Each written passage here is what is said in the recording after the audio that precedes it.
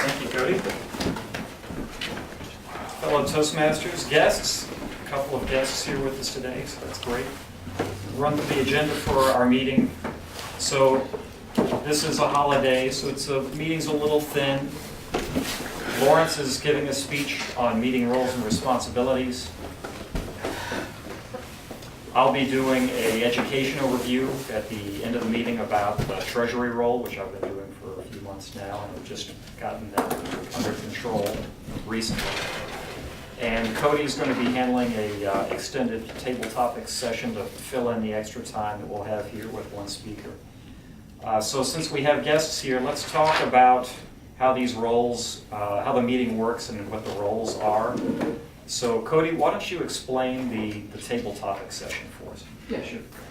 So table topics is a section of the meeting where I come up with a random topic. So for the members, I can call them out so they can't say no, but they can also volunteer. And as a guest, you can volunteer. Not to force you to come up with it, but we'll say Mike, and say I'll go, and I just pick a random topic and you have to get up there and talk about the topic for a few minutes. So for table topics, it's a 1 to 2 minute speech. The minute goes by very slow when you first couple of times I'm doing it, but it's fun, and it's one of my favorite parts of it. So I really look forward to doing that. And Cody is also the grammarian, so why don't you explain the grammarian role and provide the word of the day? Sure. So the grammarian's role is to count people's crutch words. So if I say so or and I do a count through the whole meeting. And it really makes you think and helps you get better to not fill words. So just pauses are always better than and I used to be really bad at it. You get better as you go along. So it's a real beneficial part. And also look out for the word of the day. And today's word is craven. I don't have a definition on me, but if you use the word of the day, you get a little point. You count it to however you want it. You count that. So that's the role of the grammarian. Any questions? Okay. Sounds fun. Okay, thanks, Cody. Maurice is handling the general evaluator role. Maurice, would you like to explain? Yes. The general evaluator gives the evaluation of the meeting in general, and then he will also introduce the evaluator, the speech evaluator, the timer, and the grammarian, so they can give their reports. Thanks, Maurice. And Rachel is handling the timing role.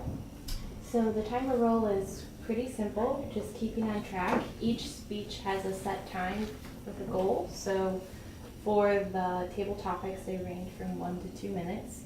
And I indicate where you're at in your time by using these handy dandy little cards. So green would be 1 minute, and then 1:30, and this is 2. For Lawrence's speech, I'm not quite sure what those time frames are, but I'm sure that he'll let me know. And after the 2 minutes, you have a grace 30 seconds in which to wrap up this one. Okay, thanks, Rachel. So, where did Lawrence go? Well, he went to take his laptop in there to get a printout instead of him having to manually have to write it down. Okay. Well, I get to stand up here and occupy the podium and fill time here. I can introduce the speech evaluator role if you'd like. Oh, sure. Okay. All right. My name is Mike. I'm actually also a guest, but I was a member of the Toastmasters group up in Richmond for about 9 months or so. And I will be filling the speech evaluator role. And one of the great parts of Toastmasters is the great feedback that you get when you give speeches. And with the counter and the grammarian, it's a lot of different ways to work on your public speaking. And in your speech evaluation, you have someone designated to each prepared speech that's given. Today we will only have one, but typically it's 2, 3, maybe even more. And with that, it's the speech evaluator's responsibilities to highlight the great things that the speech giver was trying to aim for in the speech, and also point out a few things that you can work on going into your next speech. Who's evaluating? That's me. Thank you. You need some setup time? Or... Just a handful of seconds. Okay, sure. Cool, I got a question. The name, Hilltoppers. Why? Where'd that name come from? You know, the club, how old is the club?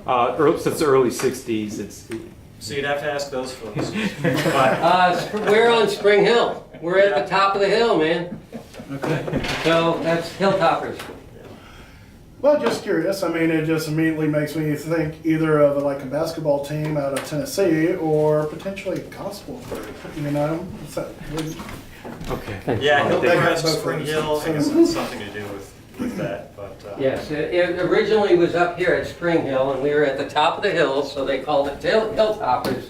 That is my understanding. I was not here 37 years ago, or whatever it was, when this was started. I think it says, it was 37 years ago? Probably 57 years ago. Yeah, 60 61, something. 61, I think, or something like that. 60 something. it is unusual to have a club that's that old. We're definitely the oldest in the area, and to have something small and kind of informal like this to roll through for that long, I think is pretty impressive. So, for definition of the word of the day, craven, He's going typically lacking courage, He cowardly. was Cowardly person. I may have to go to Plan B here. Okay. If I have to go to Plan B, I do have one. Strange as that may seem. I'll mention some other things about Toastmasters. There's a lot of the meeting is structured so that there's a lot of opportunities for people to present. So if you're a Toastmaster, this role, you're basically the MC and you're getting an opportunity to run a meeting and keep things flowing, do introductions. And I think that I'm a project manager professionally, and running a meeting in this is just like running a meeting for my work. So all of those skills just translate directly over. So it's really good experience for that. So beyond just doing the speeches, you just think of Toastmasters as well. It's an opportunity to stand up and do a speech and learn how to do speeches. But there are all these other things that are happening in the meetings too. The evaluator role. The evaluator role is actually fairly difficult because during the course of the meeting, you have to write an evaluation, write your speech, and then get up and present that. And it's just a couple of minutes, but it takes some skill to be able to put that together and do that. The grammarian role, you're really listening to someone's speech, looking for the uhs, the ums, and you learn a lot by listening to those speeches and doing that grammarian role. So there's all these other little spots in the meeting beyond just providing a speech that are opportunities to learn something. Well, it looks like Lawrence is ready. Yes, What's the time frame?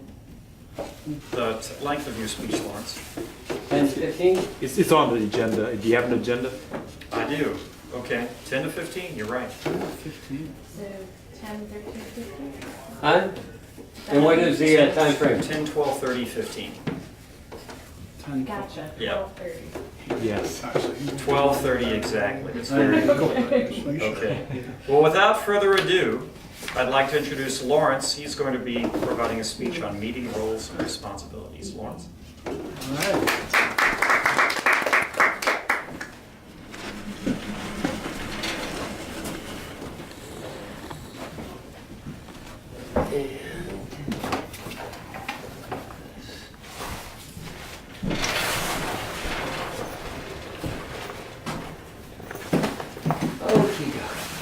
Fun stuff, huh?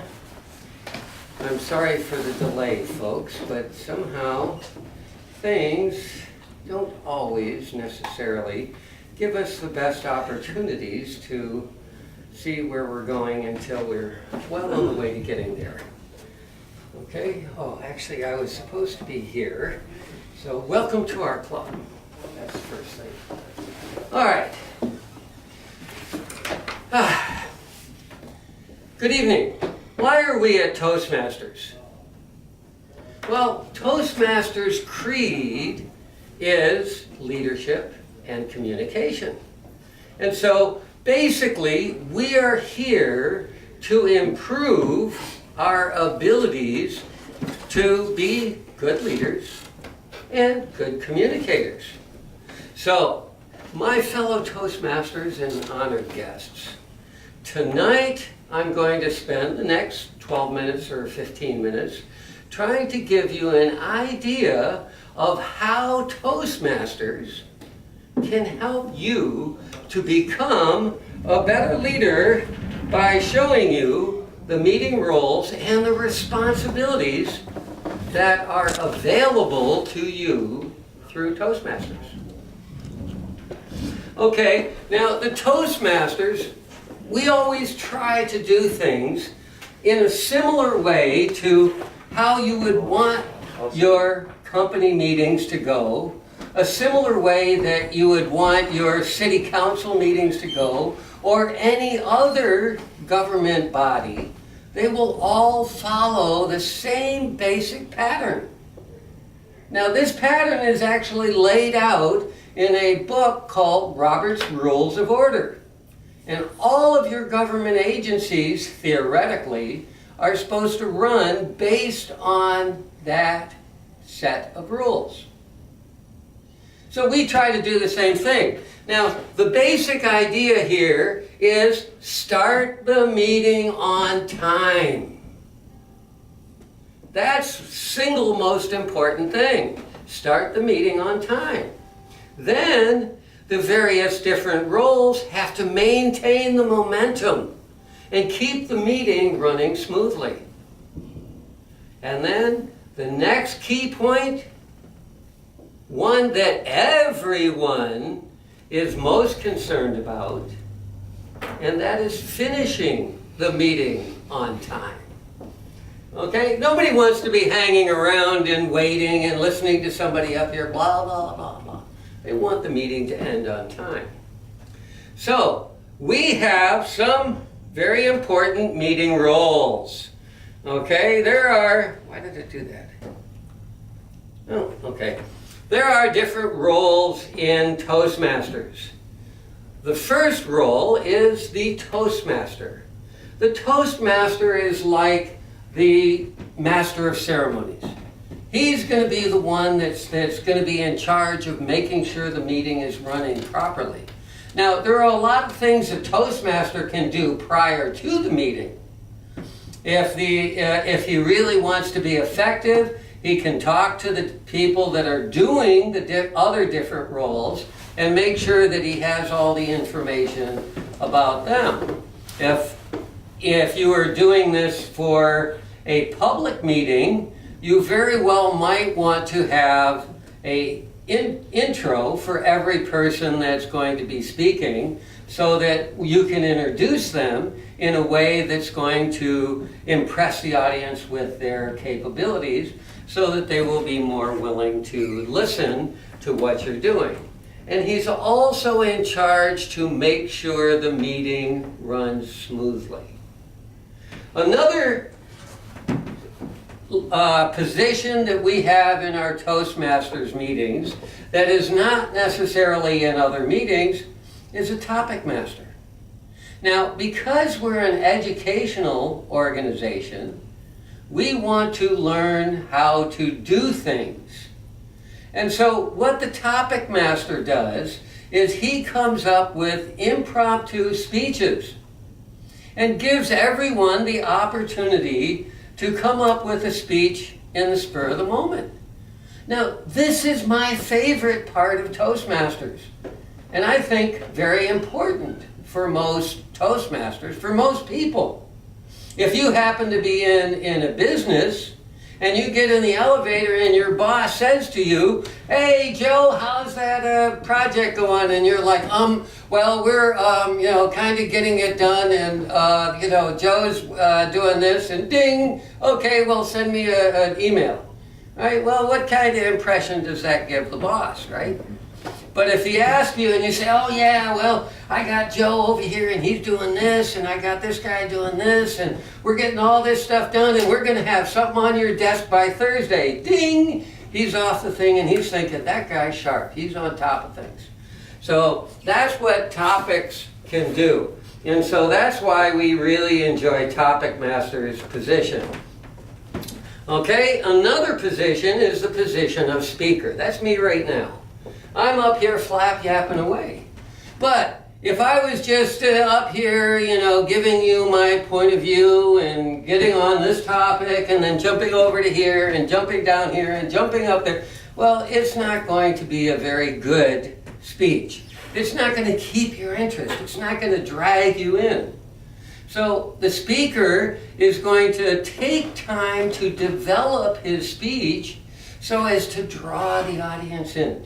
Give them information. Help them to understand whatever it is you're speaking about so that they go away thinking about what you have said. So the speaker position is a very important learning role. And a lot of people are afraid to speak. How do they say that if you go to a funeral, most people would rather be in the box than behind the lectern? So giving a speech is not necessarily easy, but when you're in a nice, happy crowd that's really there to help you, it gets much easier to overcome those fears and become a good speaker. Okay, the next step is the evaluations team. The general evaluator oversees and coordinates the evaluation segments of the club meeting. Again, we're here to learn. If you just get up here and give a speech and everybody says, oh, hey, great, yay, give me another cup of coffee, it doesn't really help you to improve.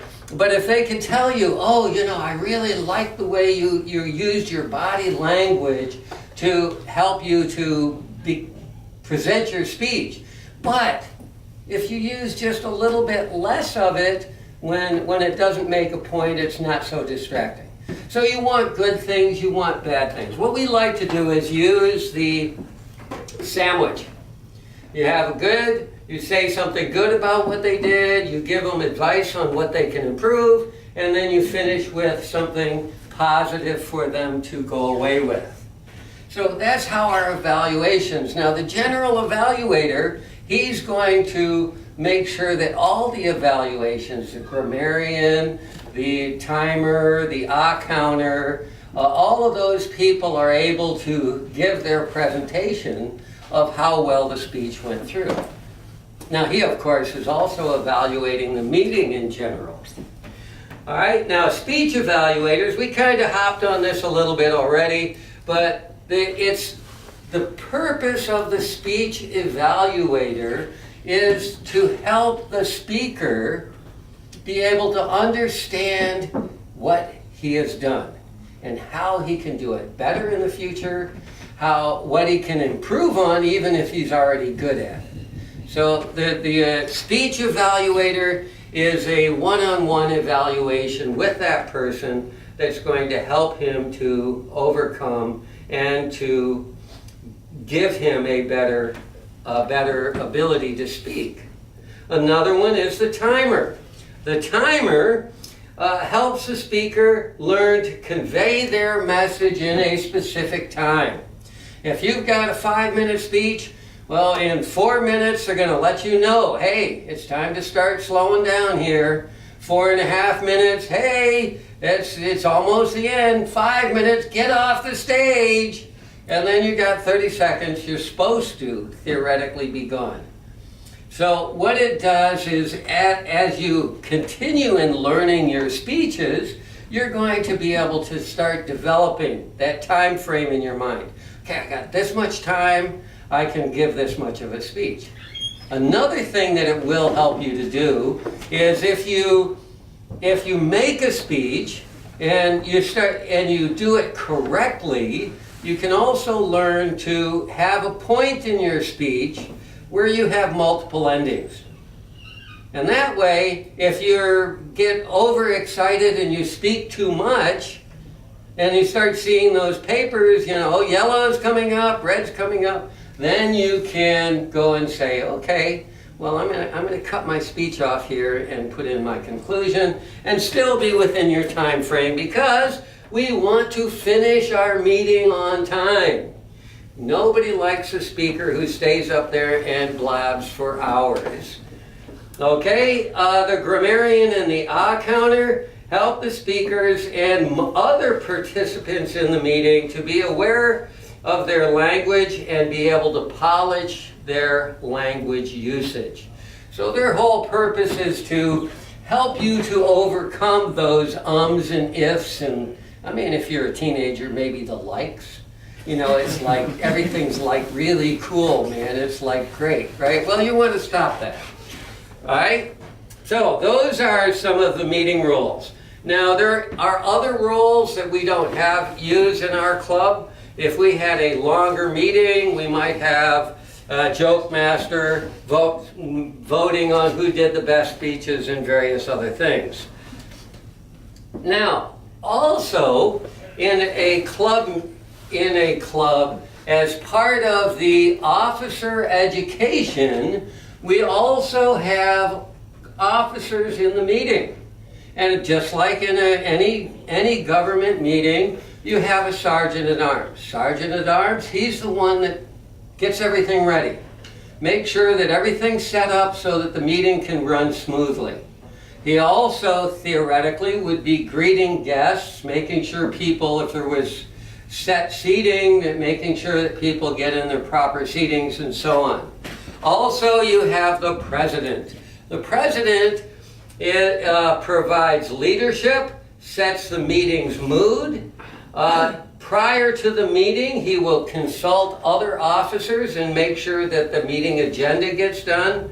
He opens and closes the meeting and will introduce the Toastmaster, making sure that all announcements gets made. He's basically the captain on the ship. He's the one that's in charge of everything, making sure it all goes well, unless he's sick with the flu, and then somebody else has to take that responsibility. Vice President, we have different Vice Presidents. We have Vice President of Education, which plans the meetings, schedules the meeting assignments, and also will help different members to achieve their personal goals in Toastmasters.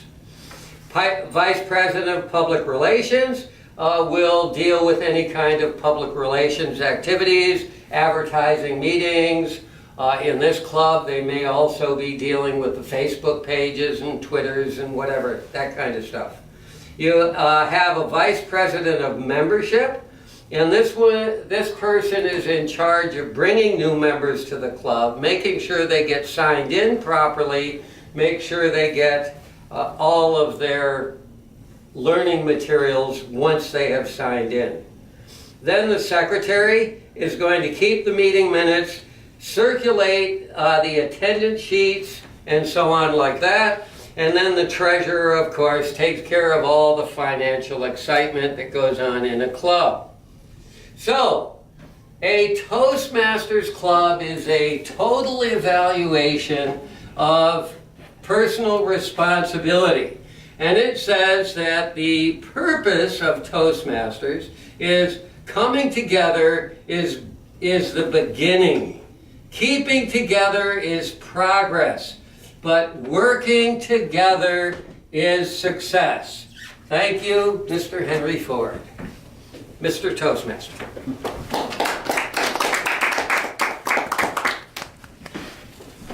All right, thank you, Lawrence.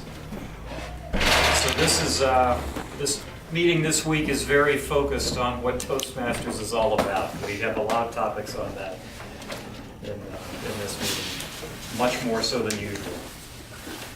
So let's move on to the table topics section. Cody's going to run table topics for us.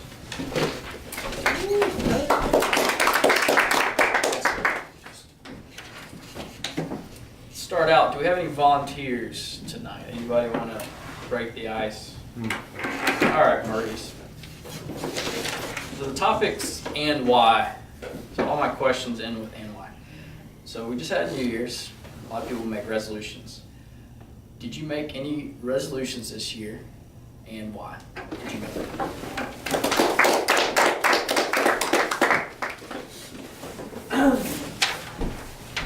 Mr. Topic Master, fellow Toastmasters, honored guest. The question posed to me is, did I make a New Year's resolution? Yes or no? and why? I did not make any New Year's resolutions, but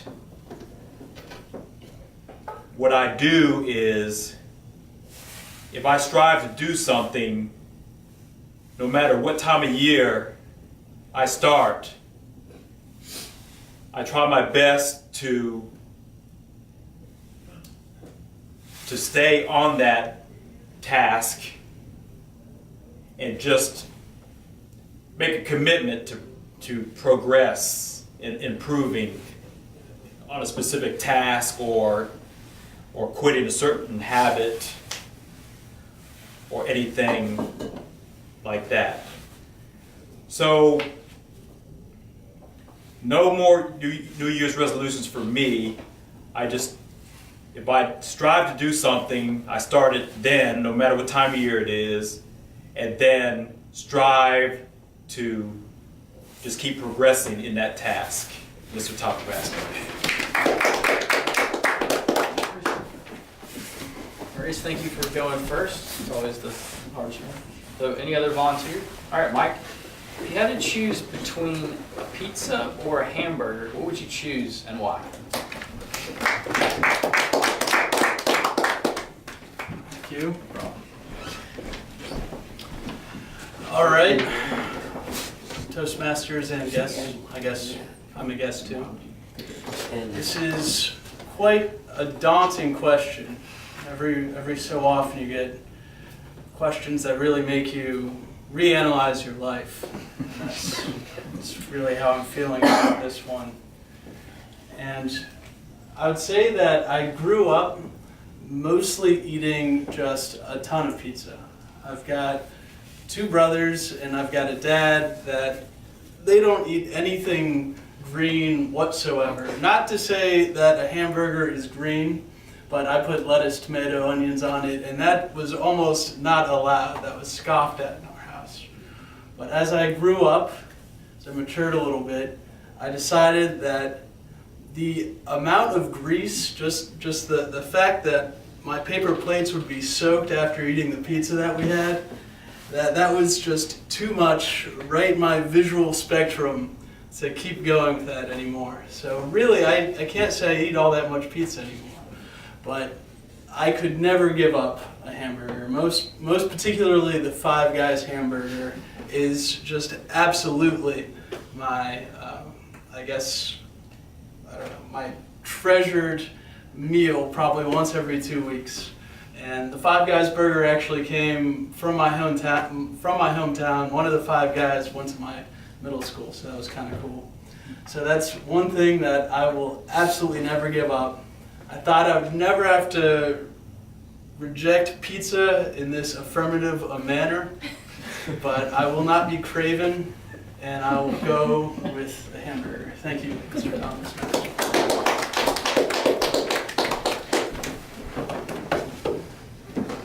Thank you for that, Mike. Learned a little bit about you with the pizza versus hamburger question, so that's good.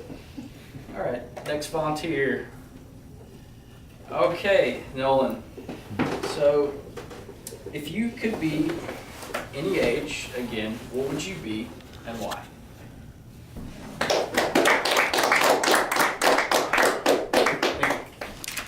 I'll give a shout out to my fellow guests.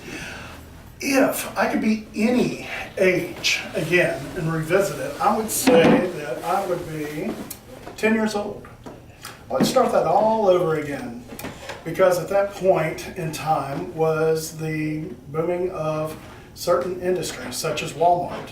And I would have taken my Uncle Nolan, yes, I know, similar names, but I would have taken him up on his offer, instead of giving me a Nintendo, to give me 50 shares of Walmart, of a company that I had no idea about. And then I would have gone on, waited to sit on it for a couple of years, and probably by 1995 invested into Yahoo. And then by that point probably ended up, sitting on it. This is tough, isn't it, folks? So, let's see, sitting on it until 1997, invested into WorldCom. then gotten out by 1999 before they would have gone belly up and all those horrible charges and lawsuits. And by that point, I probably would have ended up in a very nice trailer in Mississippi. You don't know how wonderful it is to wake up every morning, to prepare yourself for a long, hard day's worth of work, and on your way out the door, to hear that wonderful sound of thwack. And it just gives you so much motivation to go out there and become something that you've never could possibly become on your own. Of course, also catching a ride with a neighbor and going on down the road, it's not a bad thing. Get bugs in your teeth because you're riding in the back of the truck bed. So, but that's where I'd be. And thank you very much for your time. Thank you, Nolan. It's always tough getting up there for your first time. You did a really good job. A lot better than I did my first topic. Okay, so we have time for a few more. So, any other volunteers? All right, Rachel. If you can make a billboard, what would you say on it, and why would you say it? Yeah. Okay, you got it. Yeah, 1 minute's green, yellow's 1:30, and red's 2. Honored guests and fellow Toastmasters, thank you for having me up here again this week to share with you what my billboard would be and why. My billboard would say, smile just because you can. And the reason why is because we all have a choice every day, whether we're gonna laugh or cry, or hopefully we choose to laugh and to smile. My billboard would not have a smiley face on it, though that's a little bit too cliche for my likes. I think I'd rather have it signed the Joke Master. I'm very curious what that role is.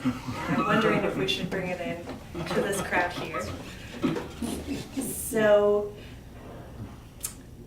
that's pretty much it. That would be my billboard. I would hope to have it nearby a whole bunch of people so that it could bring a smile to their day.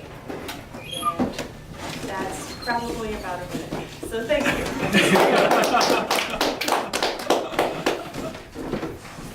Thank you, Rachel. I'm also curious about the Joke Master. It sounds pretty interesting.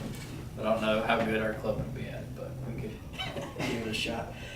Okay. Why you do it? Yeah. So we have some time for, probably get through all my questions. Got 2 left. So anyone else like to give it a shot? Okay, Justin, I'm calling you out. All right. So what would you like to accomplish this year and why?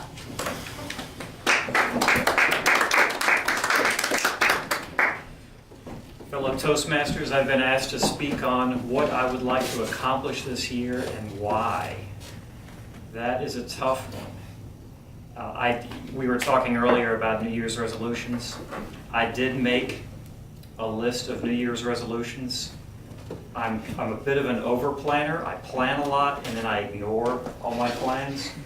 So one of the things I do is I have this organization app that's supposed to keep me organized, and it lets you put all of these lists in. So I have a list in there that has my New Year's resolutions in it, and I put down probably 7 items on that, and I don't remember what all of them are. But there was one that was very important that I definitely want to put a lot of energy into, and that is really work on relationships, really invest in your relationships, spend time with people, make that time valuable, spend time with your family, spend time with your friends. Don't be dug into your phone, engage with them, and enjoy that time. So, Mr. Topics Master.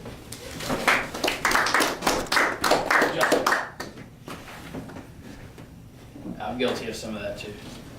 Make a lot of plans and sometimes they just get pushed away somewhere and then I'll look at them for the rest of the year. Okay, last table topic. Anyone? Ewing, want to give it a shot? All right, Ewing. What is one habit that if you could correct would make your life better, and why would it make it better? You.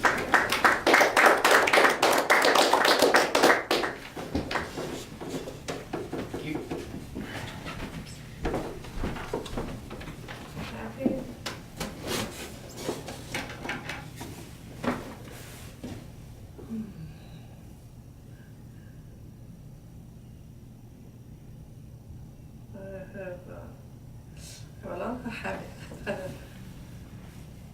Maybe I think it was better to watch more football game because the Monday the football has so many things. But I'm not really totally understand the rule of a lot of things. But after Wednesday, my friend talked with me about the whole game. I think that's very, very interesting. So I think this year I need spend more time to watch the more football game.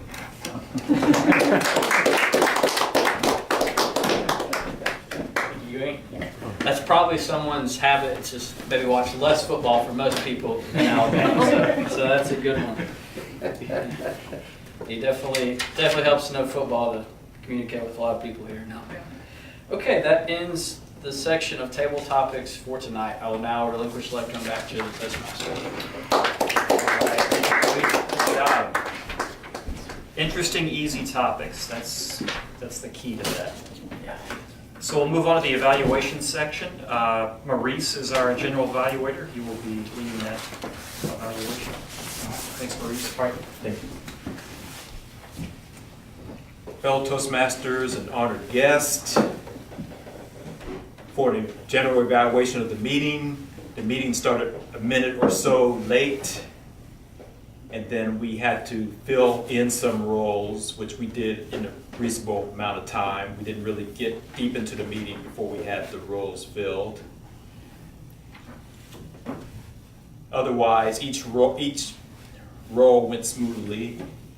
The lectern was rarely unoccupied for any extended moment of time. So that is the general evaluation of the meeting. Now we will go to our evaluator of the speech, and Lawrence had a 10 to 15 minute speech on, what was the title of your speech? About Toastmasters. Roles and responsibilities. Toastmasters. So, I will introduce the evaluator of Lawrence's speech, Mike.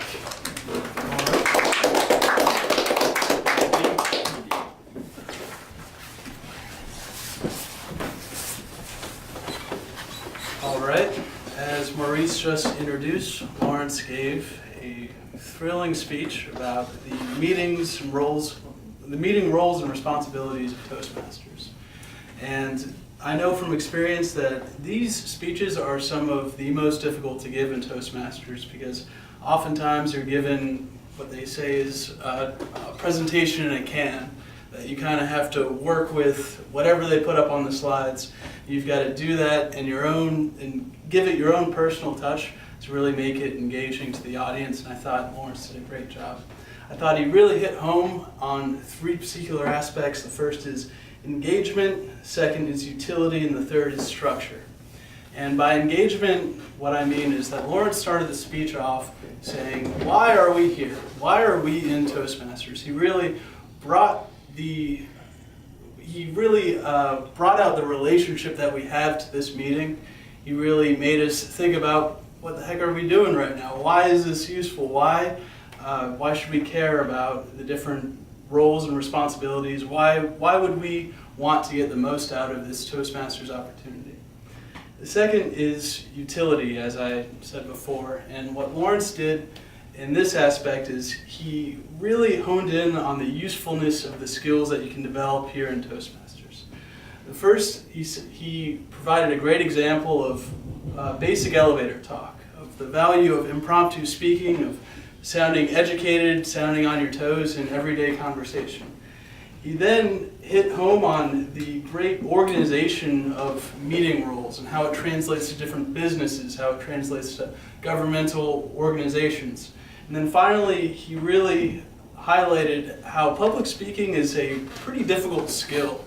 And this is a great opportunity for us to practice over and over and refine our skills and be able to show it off in some sort of opportunity in the future.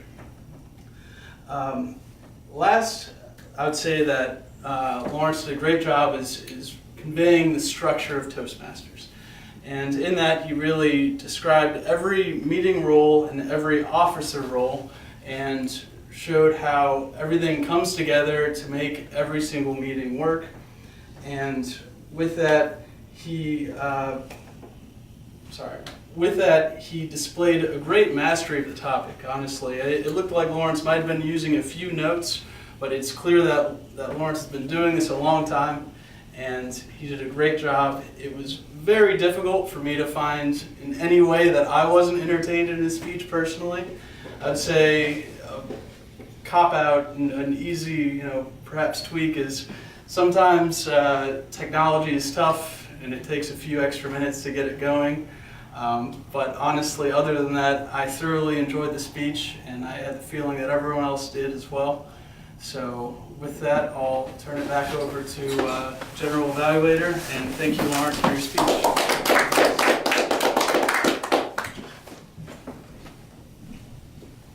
So before I go to the timer's report, just like to thank everyone who has had a role and who was able to come up to the lectern and not be craven in that duty. Okay, now for the timer's report. So Lawrence, you were shooting for around 12 and a half minutes, and you came in at 14 minutes 11 seconds, which is very good.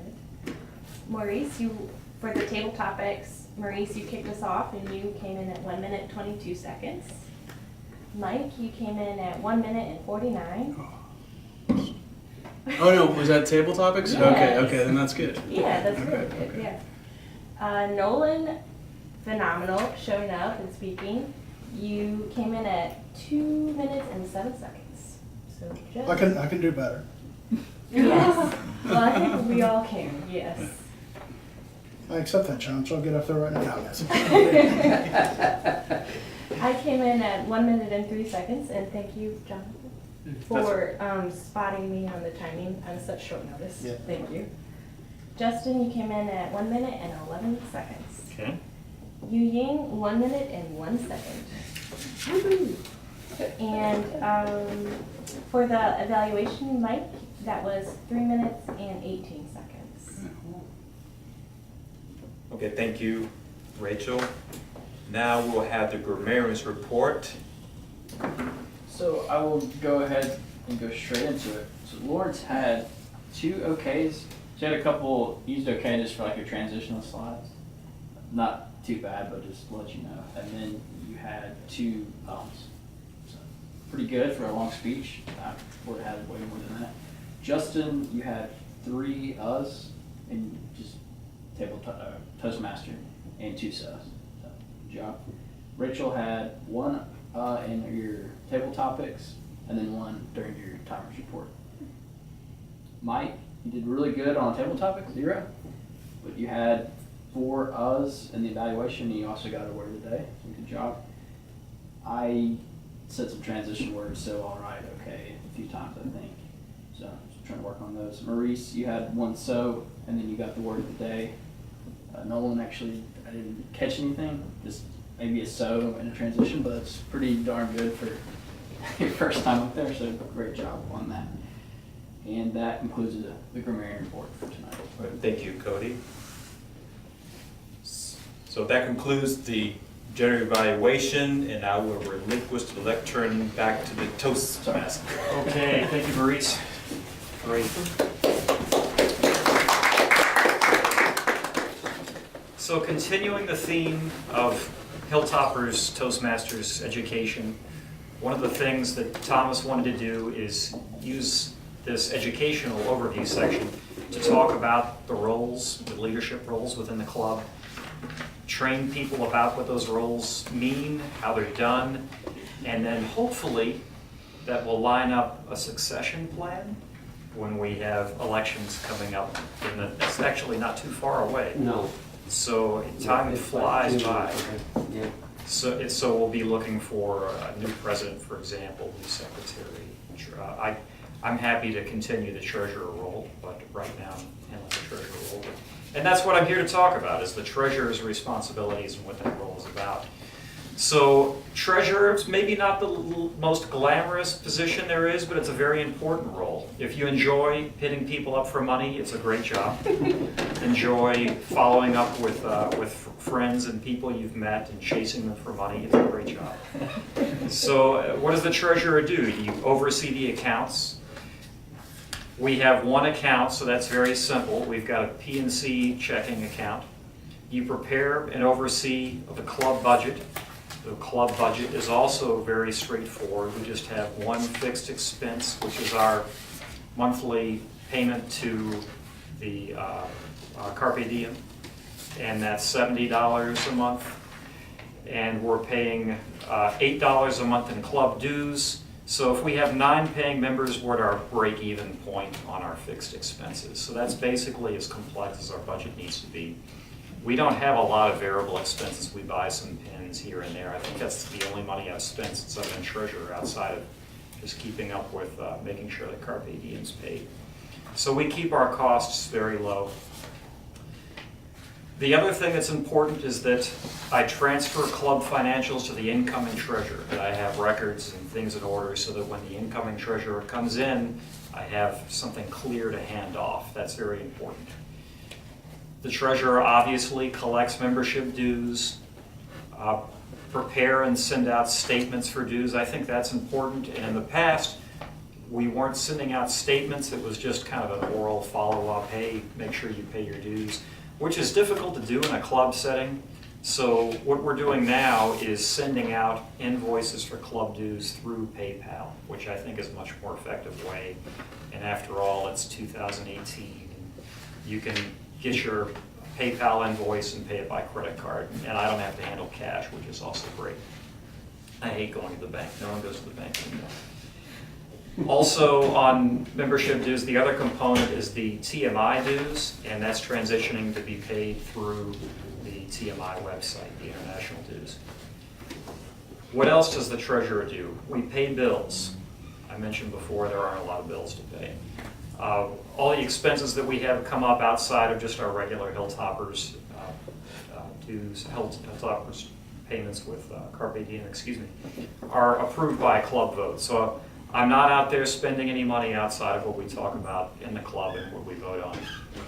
So those include club materials, pins, awards, that sort of thing. Also, along with that is keeping clear and accurate records of financial transactions. Fortunately, that's straightforward too. We have P&C bank statements that capture all of that. And then we also have the invoicing that happens through PayPal. So we have a clear record of who's paid and when those invoices are sent out. So what does a treasurer do before, during, and outside of club meetings? So before the meeting, prepare financial reports as necessary and present them at meetings. I haven't been talking as much about club finances during the meetings as I should, but just as a basic overview, we have about $700 in the bank account right now, which is a healthy spot to be on cash. So we've got a good 10 months worth of fixed expenses in cash, which is great. We have 16 members right now that have paid international dues. And of those, we have 11 that are current on Hilltoppers dues. So we've got 5 people that need to catch up on the regular club dues. So then during meetings, present reports as necessary, which example of what I just did. Collect dues. I mentioned I'm not doing that during the meeting. We've moved to paying online through PayPal. And then outside of club meetings, what do? That's really where the work comes in, and you, as a treasurer, you have to have some discipline to catch up with those activities, and frankly, that's something that I should have been working a lot harder on sooner. I feel like I'm on top of the treasurer role now. but I was behind on that for a long time. So outside of the meeting, you're reconciling bank transactions, you're issuing checks for club expenses, you're receiving all bills and other financial correspondence for the club, and prepare for the audit committee near the end of the term in office. I doubt that I'm going to be audited, but I am keeping an actual general ledger for the club so that we've got a record of the financial transactions that I can hand over when someone takes over this role. So in conclusion, the treasurer role is, I think it's a great way to have a little training in what it's like to run a small business. It's a very simple club, but you have to collect money, you have to have an invoicing system, you have to know who hasn't paid, you have to know who's in the club, you have to manage some money and have a fairly simple budget to make sure that ends meet, because at the end of the day, we have to make sure that we have money in the bank to pay for this meeting space, and all of that has to happen. So it's a very, very simple business, but it's I think a good way to get some experience in running a small business. And I am treasurer for another club that it's a little more money involved, and I think that if you're a treasurer here, you could be a treasurer for another club and just kind of step up. It's great opportunity to learn some basic business training. Okay, so if anybody's interested, if anybody wants to take this role, I'm happy to continue with it, but if anybody has a real interest in it, let me know. I'd be happy to transition that role over when elections come up. So we do not have any awards for today, so I'll hand the meeting back over to our Vice President, Cody. Oh, I'd like to make a comment. yes. On your behalf. There was no one that mentored him as a treasurer, and the previous couple of treasurers were kind of in and out and didn't really do things. So he inherited a large mess, and he cleaned it up quite nicely. And so the secondary point is, if you would like to take any role in the next Toastmasters season, next Toastmasters year, please let us know as quickly as possible so that we can let you mentor with the person who is currently there so that you can come in running. And thanks for your patience while we sorted that out. There were a couple of people where we had some mistakes in invoices, but I think we're all straight now. Thank you. Thank you, Justin. So if no one else has anything, we will end the meeting. Thank you, everyone. Next meeting. Oh, you want to? Yeah. Oh yeah, next meeting. Yeah. Next meeting. Meeting roll. Yeah, we're doing it. So after. I'll do it. I'll run this.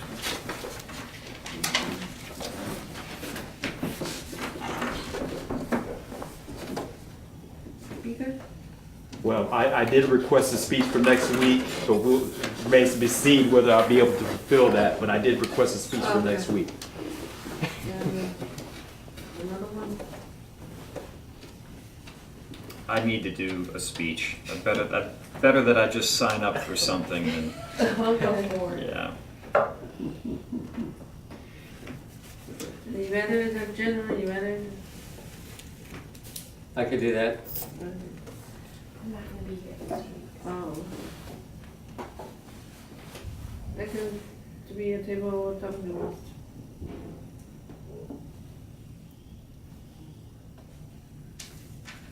A lot of people not here. You can just Okay. you can just plug them in. Just plug them in and then go and send the emails, and they'll get a message that they've been elected. And if they don't want it, they'll have to Okay. sign off. Okay. Remind people to stop. Okay, sorry, just a few wrap-up questions. So for the tabletop speeches, what's the goal on that? It's just try to hit your time, so you have a minute to 2 minute speech, and then to get up here and be able to carry on a conversation. Is it better to have it wrapped up within a minute or closer to 2.5 minutes or 3 minutes? Anywhere between 1 and 2 minutes with the possibility of going over by half a minute. Okay. If you go over by a half a minute, if it was a table topics contest, which they do have, if you go a half a minute over, if you go under time, you go over time, you are automatically disqualified. So any time between 1 and 2 minutes is the goal. Okay. Is there any other like preferences, not specifications, but preferences of maybe content? Like, staying on topic, bringing up other than what I saw y'all do, bringing up the word of the day, craven. Yeah, so yeah, try to hit the word of the day, try not to use any filler words. You're right. Try to carry on like a conscious thought. So, I mean, maybe you can't talk on the top, like we said, specifically, like go talk about, the president of, the United States in 1968. Maybe you don't know that. You could come up with a way to kind of lead into something else and then carry on a. Gotcha. Just curious to see how the And game's played. if at all possible, have some sort of speech structure, introduction, body, and conclusion. Right. And They deliver, always do that in a speech. and just deliver it well, deliver it Yeah. with some confidence and just focus on the skills. Next question. Whenever y'all are doing speeches, such as when y'all were just talking about volunteering to do speeches, are you having to do a regimented speech that's already been given? I mean, structured, sorry?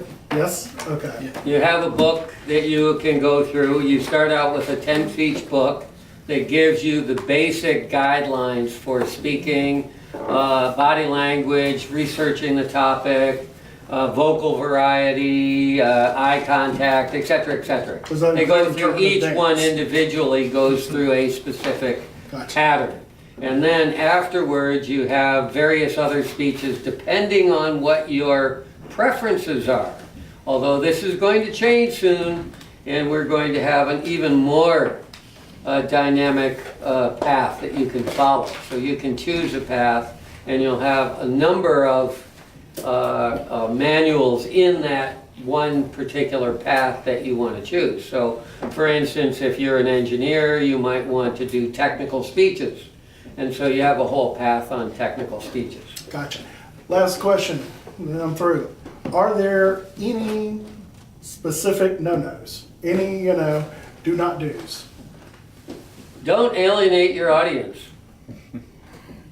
which could cover a lot of things. So if you don't know your audience, and you come in here and you're talking to a Christian group and trying to promote your Satanist lifestyle, you might alienate your audience. Sure. So you don't want to do that. So, but other than that, no.